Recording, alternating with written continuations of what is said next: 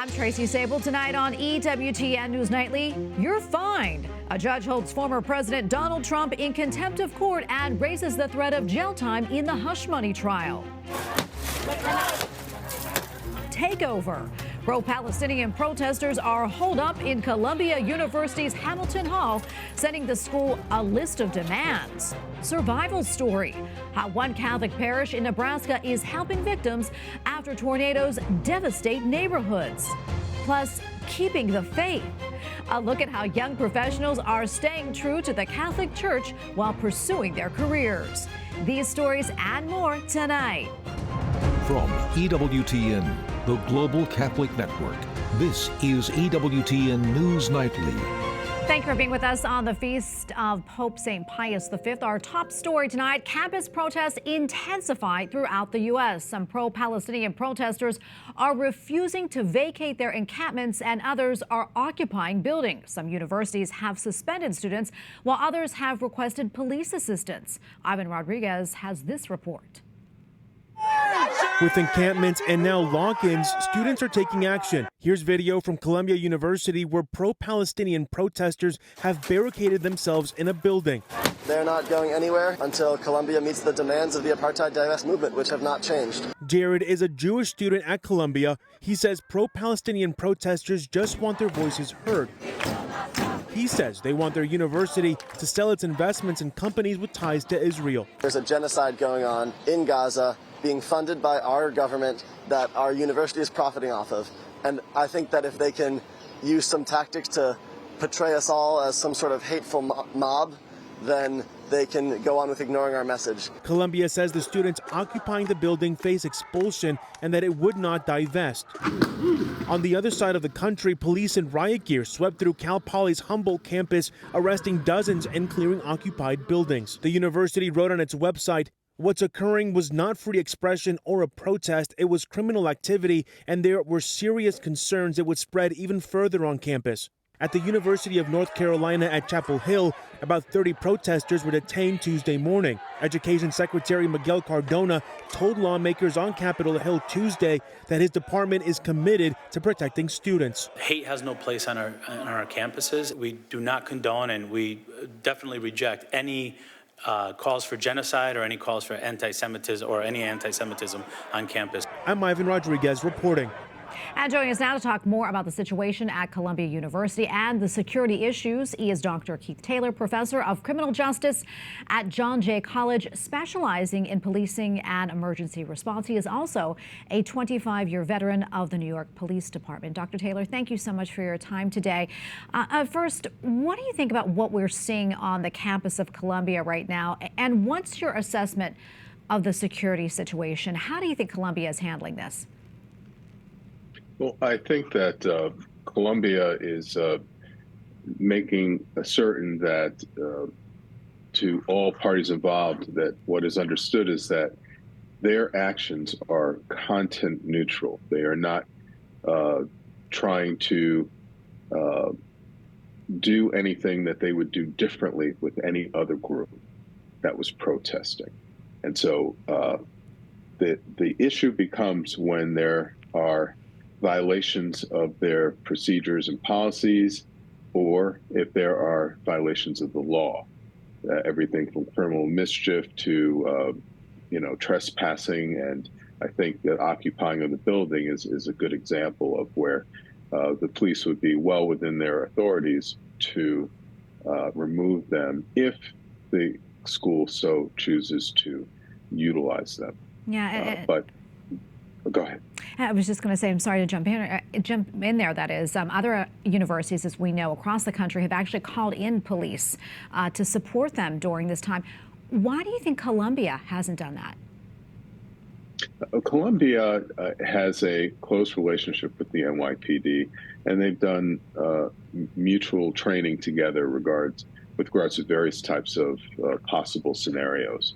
So I think that the fact that they have not called in the police may be due to the fact that they feel that their campus security force is able to handle the current and changing situations. And to the extent that there's no potential loss of life, I think that they're going to try to not utilize the NYPD, given that it can inflame the protesters. However, if there's a potential for loss of life, the NYPD will quickly be there and they will resolve the situation. And what do you think the benefits and risks of involving the police? What are they in this situation? Well, I think historically the concern has been that police may not, they may treat college protesters like they would criminals, and the use of force may be deemed excessive. But there has been a lot of training that has gone into less than lethal use of force nationally. FEMA, Department of Homeland Security, they've provided training to police departments all over the country to allow them to better handle these types of incidents, protests of various types in the street as well as on college campuses. So I think that the departments are more professionalized, and when you see the use of force, it's done with discipline and control. For the most part, you will always have instances where it may be excessive, but for the most part, the discipline is going to be controlled. Okay, well, thank you so much for your time, sir. We really appreciate it. Thank you. Well, as the protests on college campuses continue, U.S. Secretary of State Antony Blinken traveled to Jordan, pushing for a ceasefire to free the hostages and get more aid into Gaza. And now he is in Israel, meeting with Prime Minister Benjamin Netanyahu, who has vowed to launch an offensive in Rafah, despite calls for restraint. White House correspondent Owen Jensen reports. Owen. Tracy, as President Joe Biden's top diplomat tries to get a ceasefire solidified, earlier today, Israeli Prime Minister Benjamin Netanyahu pledged to launch an incursion into Rafah in southern Gaza. But the White House tonight reinforced its position that Israel should not do that. As President Joe Biden flew off to Delaware to raise campaign cash, not stopping to take questions, overseas, U.S. Secretary of State Antony Blinken in Amman, Jordan, for more talks and meetings, including aid for Gaza. To try to make sure that people in Gaza get the help and support, the assistance they need. Back at the State Department, a spokesman providing more details of Blinken's latest stop. We also are continuing to stress and underline the importance of doing everything we can to reaching a deal for an immediate ceasefire, one that releases the hostages, one that allows a surge of humanitarian aid into the region as well. Meanwhile, Israeli Prime Minister Benjamin Netanyahu today meeting with Israeli families of fallen soldiers and hostages who support a strong military response in Gaza. Netanyahu has vowed to achieve total victory in the war. We will complete the war objectives. We will evacuate the civilian population so that we can focus on the terrorists as we have done until now. We will enter Rafah because we have no other choice. We will destroy the Hamas battalions there. We will complete all the objectives of the war, including the return of all our hostages. But White House National Security spokesman John Kirby saying today the U.S. position on Rafah is absolutely the same. We don't want to see a major ground operation in Rafah. Certainly, we don't want to see operations that haven't factored in the safety and security of those 1.5 million folks trying to seek refuge down there. And we've conveyed that to our Israeli counterparts, certainly privately, absolutely publicly, and nothing's changed about that. Whether Netanyahu's comments undermine efforts to get a ceasefire proposal completed, still unclear. But Kirby adding they are not giving up on bringing home the hostages and getting a temporary ceasefire in place. This is a good proposal. It's a really good proposal. And Hamas ought to jump at it. And time is of the essence. With Secretary Blinken now arriving in Israel to advance the truce talks, those discussions appear to be one of the most serious rounds of negotiations between Israel and Hamas since the war began last October. Blinken said, now it's on Hamas. No more delays, no more excuses. The time to act is now. At the White House, Owen Jensen, EWTN News Nightly. A World Central Kitchen has resumed its humanitarian relief efforts. It comes almost a month after 7 members of the aid group were killed by rocket fire while traveling on a Gaza highway at night. The Israeli Defense Forces admitted responsibility for the strikes, saying they misidentified the convoy. WCKE is opening a new hub in Gaza, called Damien's Kitchen to honor a 35-year-old Catholic who was recently killed while serving for the agency. Writing in an op-ed in the Washington Post, the group's founder, Jose Andres, wrote about what he expected from the Israeli government, writing, "As we resume operations, we need to see Israeli forces step up their responsibilities and promise to let humanitarian groups do their work. We expect the IDF to develop, communicate, and deliver clear safety protocols and measures for humanitarian aid workers across Gaza immediately." The top United Nations court has rejected Nicaragua's request to order Germany to halt military aid to Israel. The International Court of Justice rejected the request in a vote of 15-1. The court found that the legal conditions for making the order were not met. Nicaragua argues that Germany failed to prevent genocide in Gaza. The court, however, did not decide to throw the case out altogether and will still hear arguments from both sides in a process likely to take months. Well, could top Israeli officials, including Prime Minister Benjamin Netanyahu, face criminal war crimes? Israeli media reports state that the International Criminal Court may soon issue arrest warrants. That's caused several lawmakers on Capitol Hill to speak out and say if it does happen, there will be consequences. Capitol Hill correspondent Eric Crawford joins us now with the latest. Eric. Well, good evening, Tracy. Media reports claim that the International Criminal Court may soon bring charges against Israeli top officials. They could be accused of such things as preventing the delivery of humanitarian aid to the Gaza Strip and for pursuing an excessively harsh response following the Hamas October 7th attack on innocent Israeli citizens. One of the loudest voices in opposition, House Speaker Mike Johnson, who has a warning for the ICC. I think that it would make us as a nation respond in kind to the ICC. I think there would be appropriate sanctions. I think that there is a bipartisan, a group of senators and House members who would move expeditiously, and we might just turn the table on the ICC. They better be careful. Speaker Johnson adds, quote, "The Biden administration must immediately and unequivocally demand that the ICC stand down." Several House Republicans say that they welcome the Speaker's comments. The ICC, it's basically it's not legitimate. Let's put it this way. These people have no credibility to be going after Netanyahu, who's merely defending his country, his people, and doing it extremely carefully with surgical precision and much restraint. It is ridiculous, and that is another reason why America does not need to be involved with any of those clowns. House Democratic Caucus Vice Chair Pete Aguilar disagrees. The California congressman says this is something the State Department should work through, and Congress should not be getting ahead of the administration, especially when the ICC hasn't even issued any warrants yet. If they do, the administration is within their right to respond if they need help and support from members of Congress to implement what it is they seek to do. But some Democrats say they want Israeli officials like the Prime Minister to be held accountable. U.S. policymakers should stay out of it.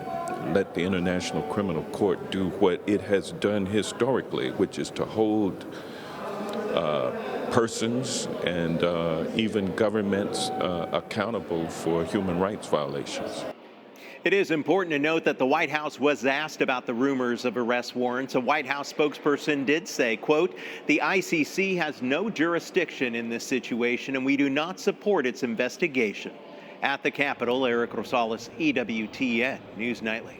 Well, judges holding former President Donald Trump in contempt of court for violating a gag order in his hush money trial. Trump was fined $9,000. The judge also warned the former president that he will be jailed if he proceeds to violate the gag order again. Trump insists that he was exercising his free speech. Well, now to one of the deadliest assaults on U.S. law enforcement in years. An investigation is underway into the shootout that killed 4 North Carolina police officers and wounded 4 others. The U.S. Marshals has a fugitive task that we are a part of, that they went to go and serve the warrant as any other day that they would do. And unfortunately, this individual decided to greet them with gunfire, and it just turned into a tragic event for the officers that were originally out on the scene and then the officers that responded to try and assist. Some of those hit were downed as a second shooter opened fire after the wanted man was killed. Police released photos of some of the officers killed in the line of duty, as well as the suspect in the shooting. President Biden offered condolences for the officers and their families. He described them as heroes who made the ultimate sacrifice, rushing into harm's way to protect us. Sad, we have a lot more still to come here on EWTN News Nightly, including rising tensions on the high seas. Violence breaks out in the disputed waters of the South China Sea, and a local parish steps up in a time of need following a tornado outbreak in Nebraska.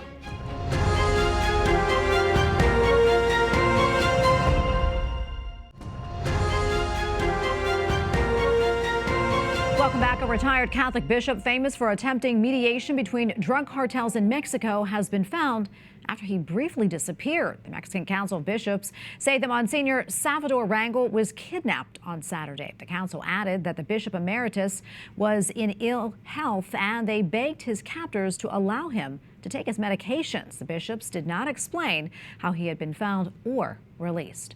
And a new sign of aggression, Chinese Coast Guard ships fired water cannons at two Philippine patrol vessels. The incident happened in the Scarborough Shoal in the South China Sea. Throughout the last year, both Chinese and Philippine ships have had numerous confrontations in the area. The Philippine vessels sustained damages to electrical navigation and radio systems.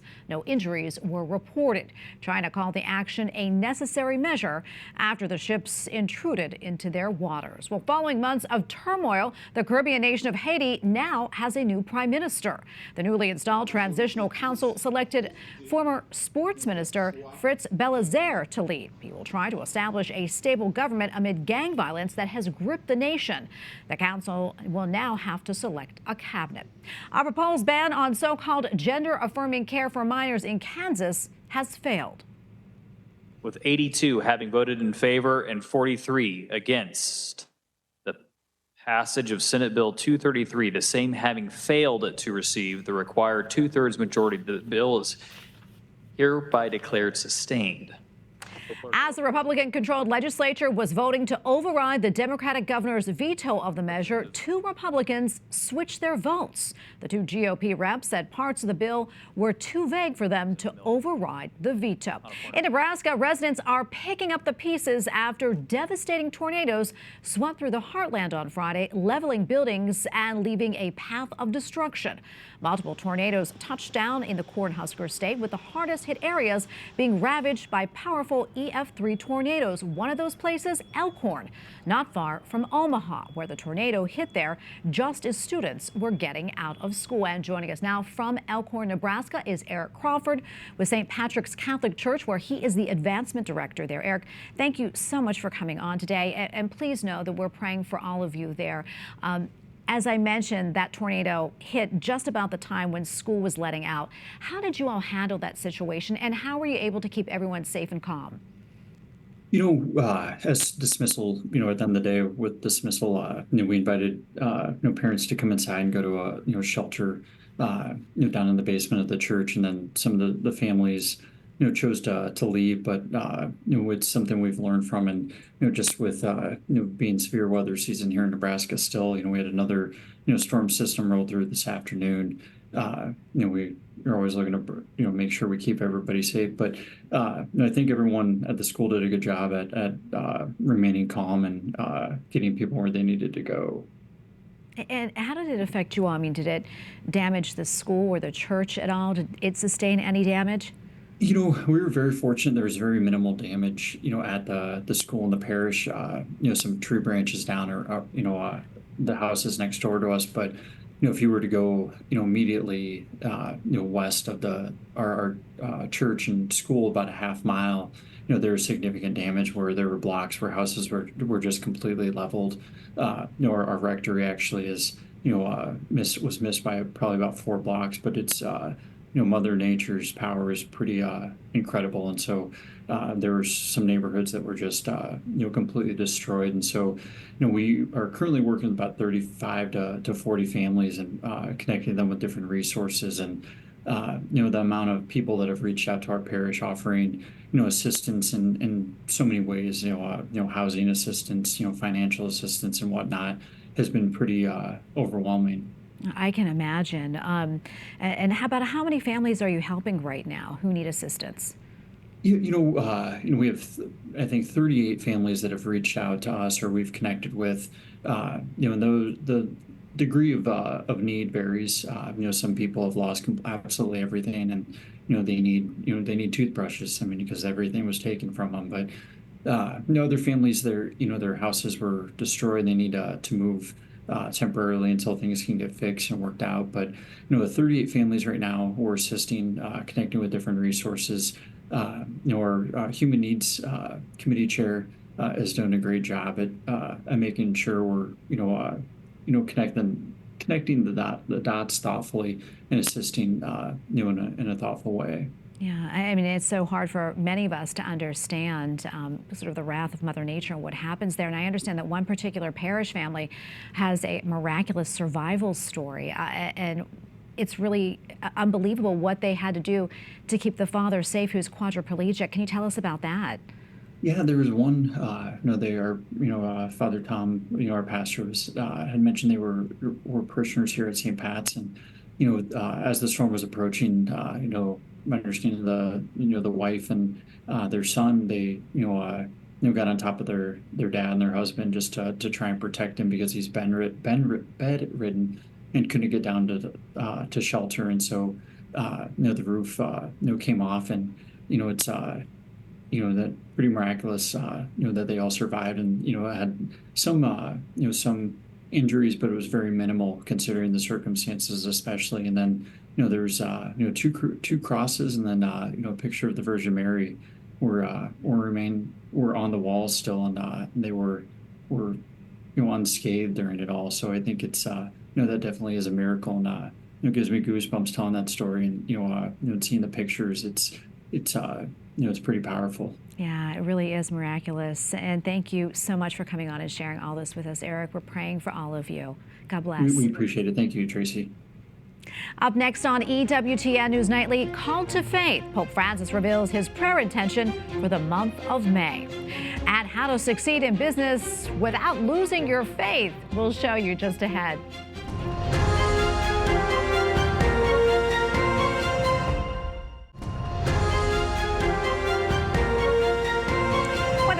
Job race, it can be hard for young professionals to focus on anything but their career, but one group is trying to change that for Catholics by finding ways to go deeper in faith, life, and work.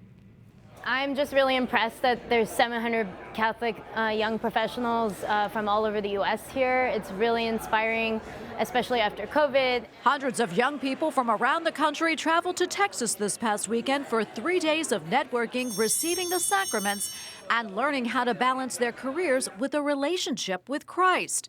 It's all part of the Young Catholic Professionals Conference. This year's theme was Workers in the Vineyard, a phrase from St. Jose Maria Escriva and his call to find God in daily life. We don't have to be going on these crazy mission trips all over the world, which is great, and I love those. But God is calling me right now to an office, and that is where God wants me, and so that is what I'm going to strive to sanctify. The initiative began in 2010. Founder Jennifer Ball wanted a way for working Catholics to meet and encourage each other. Young Catholic Professionals was meant to just inspire us to embrace what we have as Catholics and live our faith boldly in the world, because it's so important. We are the future parents, we are the future philanthropists, we're the future leaders of the business world, and that's a mission that's worth fighting for. Ba led the growing apostolate for 14 years, transforming it into a nationwide network with dozens of local chapters. As she told EWTN News Nightly last week, she is stepping down from leadership to serve the organization as an advisor and to dedicate her time to another hands-on vocation. Well, I'm so excited to dive deeper into motherhood. I have 3 amazing boys with lots of energy, so they really need my attention, and I can't wait to just fully embrace that. Peter Blute has helped YCP for a decade. He will take on the role of executive director next month and says he is excited to get started. It's humbling, certainly, but I really am filled with excitement and determination. and a real joy about what the future holds for YCP, that we can continue to give people confidence in who they are as Catholics and who they are as Catholic professionals in the workplaces, and have them use that as their kind of galvanizing message to share that with others in the workplaces, which can often be so devoid. Bishop Edward Burns from the Diocese of Dallas closed the conference by celebrating Mass. He says he hopes attendees always find time for the sacraments in their busy lives. It's important that whenever we think of Christ is the vine and we are the branches, and especially for young people, to know that wherever they branch out to in the world, that they should stay connected to our Lord Jesus Christ.